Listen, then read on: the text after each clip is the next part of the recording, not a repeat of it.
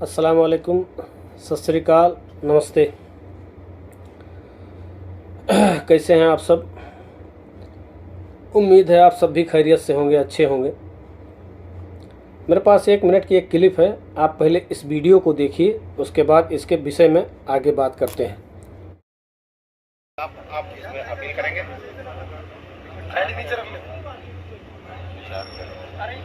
हमारे वकील लोग करेंगे विचार। तो क्या लगता है सजा पे आपको ज़्यादा? कल से ही पूरे शहर को मालूम था, आपके छोटे चैनल्स पर चलने लगा था कितनी सजा होनी है। क्या कहें इससे ज़्यादा, ये भी मालूम था कितनी सजा होनी है, कल से मालूम था।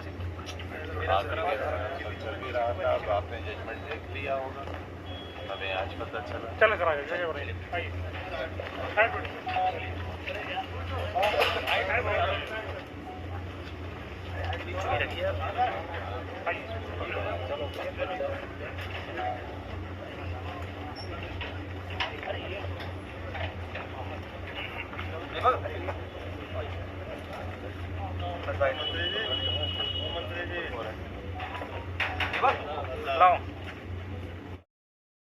अस्सलाम वालेकुम, सत श्री अकाल, नमस्ते।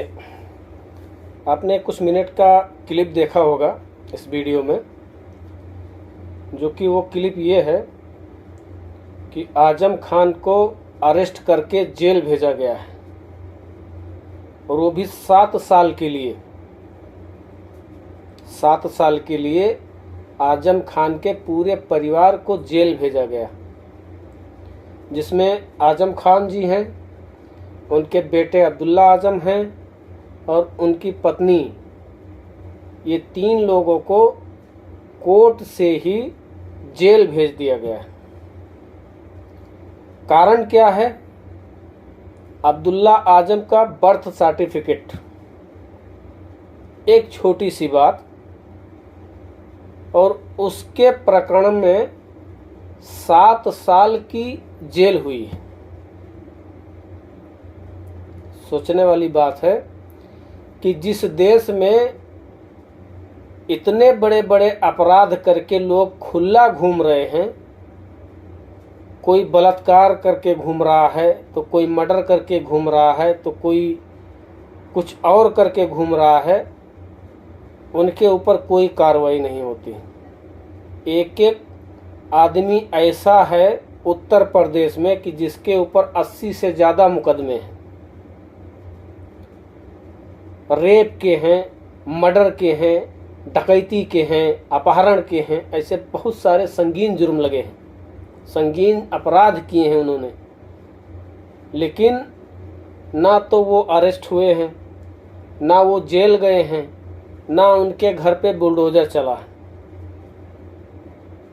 कहीं ना कहीं ये बताने की कोशिश हो रही है, क्योंकि रामपुर में जो आजम खान जी का गढ़ है, वहाँ से आने वाले चुनाव में हो सकता है अगर आजम खान जी बाहर होते तो वहाँ से भाजपा की सीट आनी मुश्किल थी। ये तय था, ये 100% तय था कि वहाँ से भाजपा की सीट आनी मुश्किल थी, नामुमकिन समझिए आप। तो इस वजह से उनको रास्ते से हटाया गया है। 2024 के आने वाले इलेक्शन के पहले उनको रास्ते से हटाया गया है कि ताकि इनके परिवार का कोई सदस्य इलेक्शन न लड़ सके।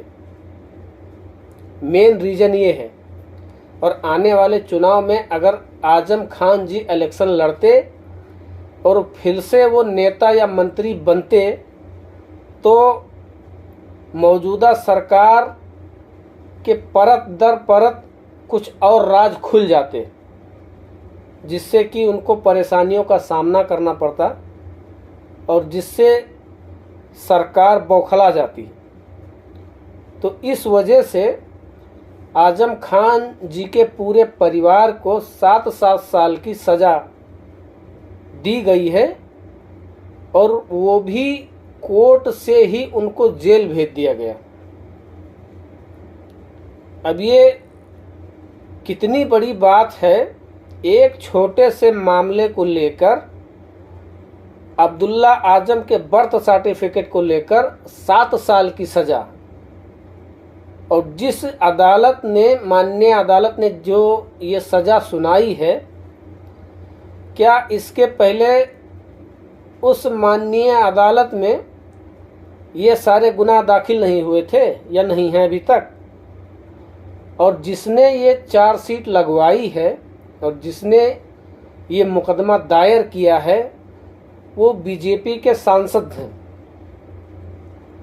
क्या बीजेपी के सांसद जी को अपने ही पार्टी के लोगों को नहीं देखना चाहिए था कि उसी बीजेपी के अंदर इतने सारे नेता और इतने सारे विधायक, एमएलए, एमपी पड़े हैं जिनके ऊपर 80 से ज़्यादा मुकदमे चल रहे हैं, वो भी संगीन अपराधों में।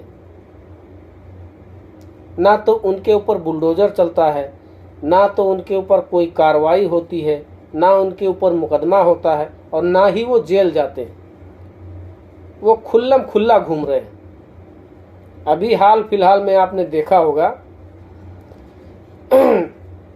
बस्ती जिले का मामला था जिसमें एक नाबालिग बच्ची की अपहरण करके उसको जो है रेप किया गया। रेप करने के बाद में उसको मार के और फेंक दिया गया, और मारने वाला ही खुद फ़ोन करके बता रहा था कि हाँ, आप उसके परिजनों को कि आपकी लड़की यहाँ पड़ी है। सोचने वाली बात है। तब बीजेपी के किसी भी सांसद को या किसी भी मंत्री को, किसी भी नेता को ये चीज़ नहीं दिखाई देती। ऐसे तमाम लोग हैं बीजेपी के अंदर। खास करके मैं सिर्फ बीजेपी की बात नहीं कर रहा हूँ, हर उस पार्टी के अंदर दागदार नेता हैं, दागदार विधायक हैं, दागदार मंत्री हैं। सबके ऊपर क्यों नहीं चलता बुलडोजर? सबको क्यों नहीं अरेस्ट किया जाता? या सबके ऊपर मुकदमे क्यों नहीं होते? सबके ऊपर कार्रवाई क्यों नहीं होती? एक तरफा मुसलमानों को चुन चुन के टारगेट क्यों किया जाता है? आखिर क्या वजह है?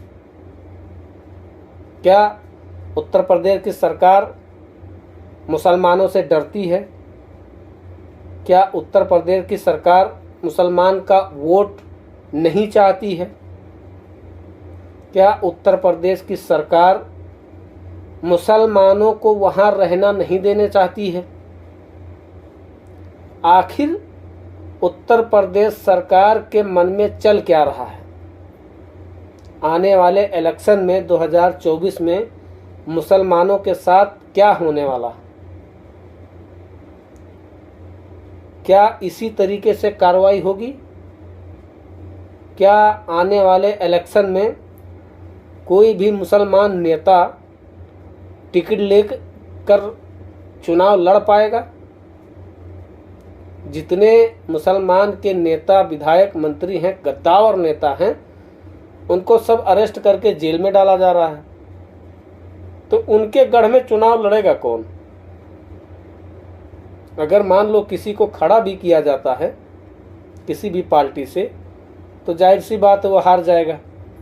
और हारेगा इसलिए क्योंकि जिसका जहाँ पे गढ़ है वहाँ अगर कोई दूसरा कैंडिडेट खड़ा होता है तो उसके वोट बढ़ जाते हैं।